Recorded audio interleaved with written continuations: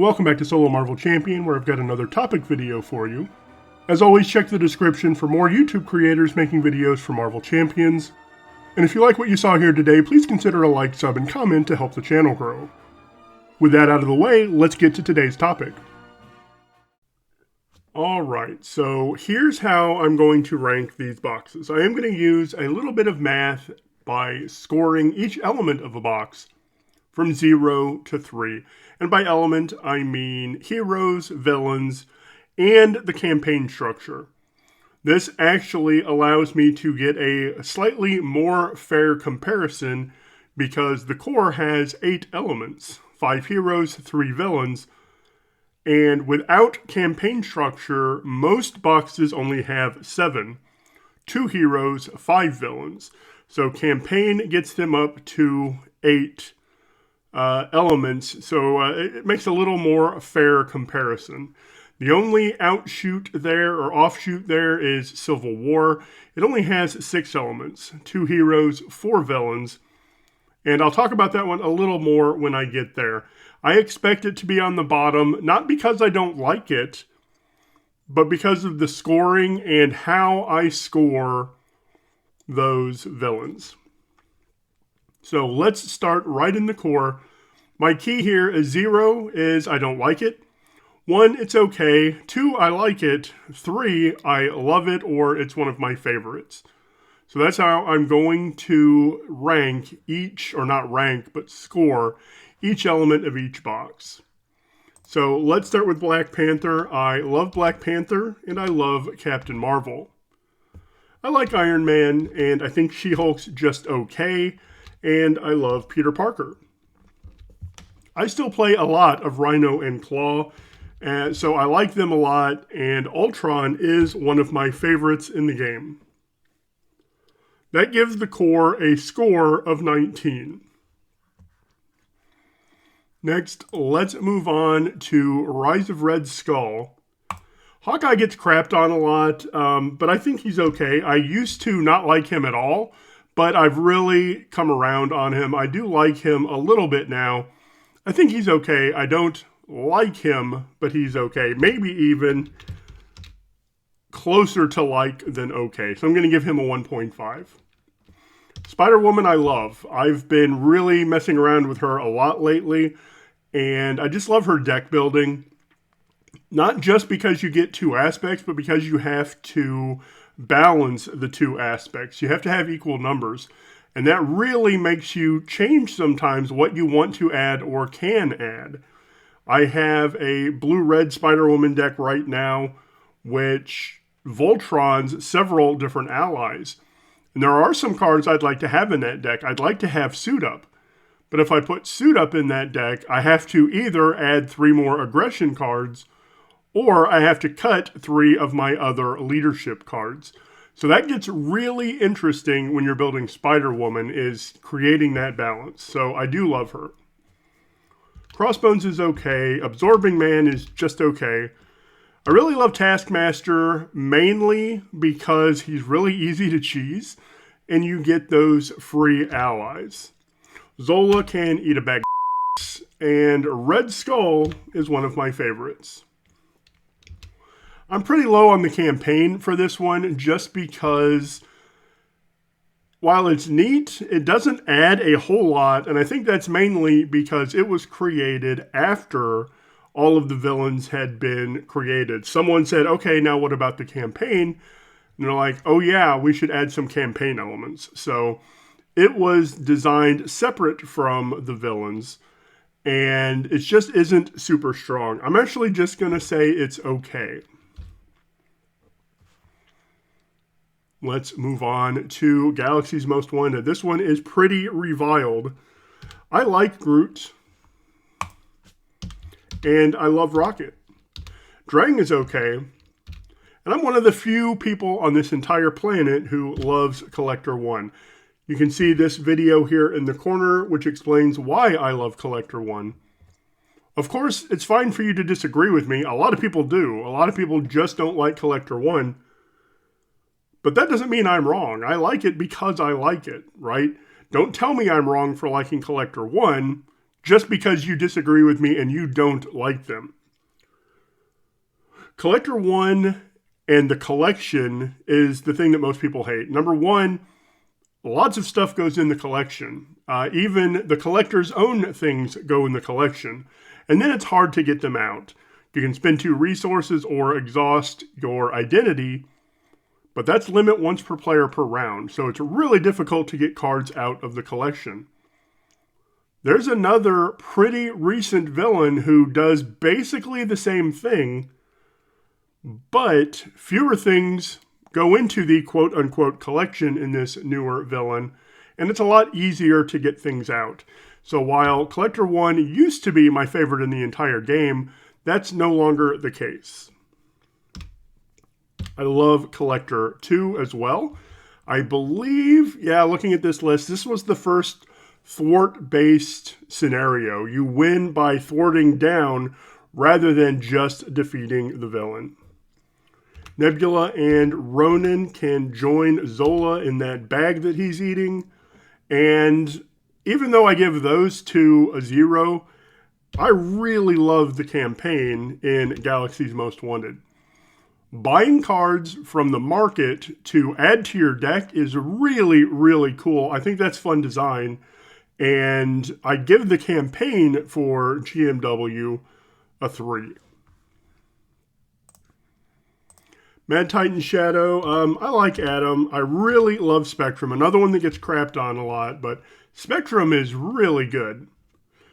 Ebony Maw's okay. Tower Defense is okay. Thanos and Hela are among my favorites. Loki can jump in that bag with the others. And the campaign on this one isn't as good as Galaxy's Most Wanted. I say that, though, but I've only played through this campaign 1 time. And I only really remember 2 things about the campaign. The first thing is you can get the Shawarma resource card. It has 1 of each resource on it. It's always nice getting a 3 resource card. The other thing I remember is if Thanos snaps in his scenario, then at the beginning of Hela and Loki, you have to discard half of your deck. Of course, you get those back when you shuffle, but that makes your first deck pass really short, so you're going to get an extra encounter card soon, but it also makes it super inconsistent. Some of the cards you really wanted to play or needed to play may have been discarded that way. So I just think on this one, the campaign is okay. Moving on to Sinister Motives, this is actually the first box I bought on schedule. I didn't get into the game until Mad Titan Shadow had come out and his entire wave. So Sinister Motives was the first box I bought as it was releasing. I love Ghost Spider. I love Miles Morales. I like Sandman and I love Venom. Mysterio jumps in that bag with some of the others. I love Sinister Six and Venom Goblin. I used to just think he was okay in terms of this scoring, but now I like him quite a bit. Campaign, this is another one that has a really good campaign. The reputation track is a really cool idea because not only do you get benefits from S.H.I.E.L.D. as your reputation grows, the villains get buffed up as well because as your reputation grows, they see you as a bigger threat. So that's a really cool campaign mechanism, and I love it. I think that also gives us our first tie. Yeah, that's tied for the core. And what I'm going to do when I sort these, and I'll explain this MS field in a bit. When I sort these, I am going to move ties around where I think they should go. Let's move to Mutant Genesis. I don't love either of these, but I like both of them. I like Sabretooth. I love Project Wide Awake. Master Mold is okay. I like Mansion Attack, and I like Magneto. The campaign on this one is interesting. You get small benefits as you go, and Future Past is a really cool modular set that goes in small increments. I don't love this campaign system, but I do like it. I think it's cool. Next evolution. I love Cable. I like Domino. I like both of these. Juggernaut, Mr. Sinister, and Strife are difficult because I would love them except for the fact that we are forced to have Hope Summers with us. Now, you could say, well, just don't use Hope. Yes, that is an option, but if I have a strong ally in play, I'm going to use them, especially one that doesn't take consequential damage. So, if Hope wasn't forced upon me, I would rate each of these probably love. Mr. Sinister especially, because you get some randomness about which upgrade he's going to have, and one of them just goes away right away, and I really like Mr. Sinister for that randomness. I like Strife because even though things are going to cost a little more at a certain point in that scenario, that's offset by giving you a bigger hand size. So that's kind of fun having a bigger hand size. More cards in hand equals fun. I'm going to give this campaign a 3. This box is kind of derided on Facebook. Anytime I talk about Next Evolution on Facebook, this one guy comes on to tell me I'm wrong. People think this campaign is a joke. Everyone thinks this campaign is a joke because, quote unquote, it's too easy. Now, there is some easiness in there, and part of that easiness is Hope Summers. But the other part of that easiness is consistency.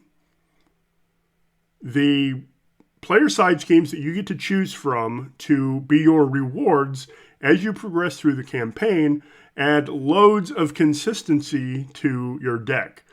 And I feel like the same people who are 40 truthers, you must only include 40 cards in your deck because that increases efficiency, are sometimes the same people saying this campaign is too easy. Well, this campaign allows you super consistency. If you have an ally who you really need to get in play to make your deck sing, well, choose the player side scheme that facilitates that. Do that one first, and then as you progress through the campaign, you get to pull that ally out at the beginning of every single game if you want it. And if you don't want it at the beginning, you can pull it out when you want them. So consistency is what makes Next Evolution so fun for me, even to the point where I might say that's love and a half. I absolutely love this campaign, although it looks like it's not even going to come in first for me. And I think it's because, too, I don't love any of these villains. I like all of them, but I don't love them, mainly, again, because of these three having Hope Summers as a requirement. Age of Apocalypse, love Bishop. I keep forgetting to click there. I love Bishop. I love Magic. Unis is okay. Four Horsemen is okay. Apocalypse is okay. I like Dark Beast, and I like Insabanur. When I get to campaign here, when I did my preview video for this box, I said in that video, I don't think I'm going to like this campaign stuff. The campaign stuff has you sending allies on missions, and then you can get a reward for completing that mission, etc. I said, this looks clunky and not fun. And then I got the box and played the campaign, and it was clunky and not fun. I said it, and then that's what actually happened. And I say that because sometimes I'll say that, and I'm wrong. I said that with X-23. I said, I don't think I'm going to like X-23 because she looks a little bit clunky, and I just don't know how that's going to work. And then I played her, and she's one of my favorite heroes. But with this one, I was spot on. I said, I don't think I'm going to like this, and I didn't. I'm going to give this campaign a 0 for Age of Apocalypse. Moving on to Agents of S.H.I.E.L.D. I like Maria. Click on that, man. Don't forget to click on that. I like Maria, and I love Nick Fury. I love Black Widow, and I love Batroc. Batroc is Collector 1 that has been fixed. So in Collector 1, cards go to the collection, while in Batroc, threat goes on alert level. In much the same way, if something is defeated by anything other than consequential damage, you add threat to the alert level. Now, that's a lot more thematic than things going to the collection. Also, it is easier to get threat off of alert level. So while I still love Collector 1, I really love Batroc because it does some of the same things, but it's easier to manage. I used to like MODOK, now I just think he's okay. Citizen V and the randomness of the Thunderbolts is fun. I just roll a d10 now. I don't pick my Thunderbolts. I roll a d10 and pull an appropriate Thunderbolt. Baron Zemo's okay. This is one where I thought I would really, really love the campaign, but it turns out I just like it. It's okay. I like the clue aspect where you're crossing off possibilities for means, motive, and opportunity. But one of the reasons I have found that I dislike it is Baron Zemo kind of doubles down on that. You have this campaign method, and then Baron Zemo does it again. So it's almost like all of that could have just been done with Baron Zemo rather than having the entire campaign that way. So for that reason, I'm giving Baron Zemo just an okay and just a like on the campaign. If Baron Zemo didn't do that, I would probably give him a 2. And if Baron Zemo didn't do that, I'd probably give the campaign a 3. But I'm only going to go 1 and 2 here because there's some doubling up there. The campaign is fine if it's just the campaign, so why make Baron Zemo do that as well? That's just at least my thinking on it. Now we're going to come to Civil War. I'm going to say I do love Hulkling and Tiger. They have been a lot of fun already. But here's the sticking point for Civil War. I haven't played it enough to know if I like or dislike any of these leaders, these villains. So I'm just going to put all of them at like. And then as I play them more, I can refine this. Like, I have played 1 game against Captain Marvel. I've played 3 or 4 against Iron Man in multiplayer games. I've played 1 game against Captain America, and I've played 2 games against Spider-Woman in multiplayer. So I just don't know yet how much I like these villains. That said, that still puts Civil War ahead of Age of Apocalypse, right? So I think this box will end up being pretty high on my list once I get more reps with these villains. So now let's go up here to scoring. This MS is manual score, and I did that because when I was testing the spreadsheet, let's say this wasn't here, when I sorted these, like, this column would disappear. I don't know why that happened. That shouldn't have happened. So I added in MS, which is just manual score, and just copy these over manually.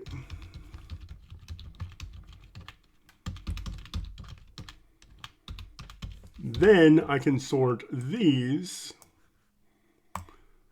Sort, advanced, yes, and Z to A. And that gives me my ranking. Now I do have some ties in here. Core and Sinister Motives. Let's move these over here. Core and Sinister Motives are tied, but I feel like Sinister Motives I favor more than the Core. Next Evolution and Agents of S.H.I.E.L.D. are tied, and I'm fine with that. I think Next Evolution is going to be my favorite over Agents of S.H.I.E.L.D. Mad Titan Shadow and Civil War are tied, and I'm fine with that, again, just because I don't exactly know where Civil War is going to go. I do like it, but I just haven't had many reps with those leaders.